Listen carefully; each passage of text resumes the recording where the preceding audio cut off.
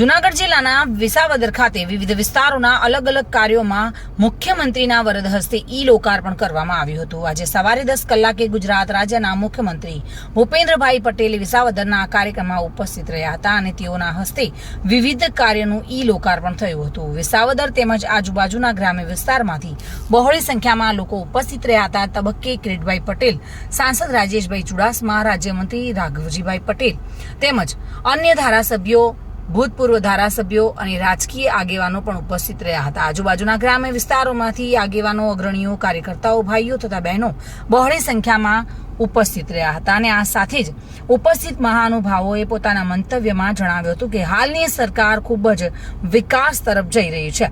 જૂનાગઢ જિલ્લામાં હાલ 600 કરોડ પરની ઉપરના વિકાસના કાર્યો મંજૂર કરવામાં આવ્યા છે। ત્યારબાદ મુખ્યમંત્રી ભૂપેન્દ્ર પટેલે પોતાના સંબોધનમાં જણાવ્યું હતું કે તેઓ ગુજરાતના હરેક ખૂણામાં વિકાસના કાર્યો આગળ વધારવાના સતત પ્રયત્ન કરી રહ્યા છે। જોકે આ સાથે જ તેઓ 10 સંકલ્પો લોકો સમક્ષ રજૂ કર્યા હતા અને તે બાબતે પણ માહિતી આપી હતી। શ્યામ ચાવડા સાથે bureau report, today Gujarati news.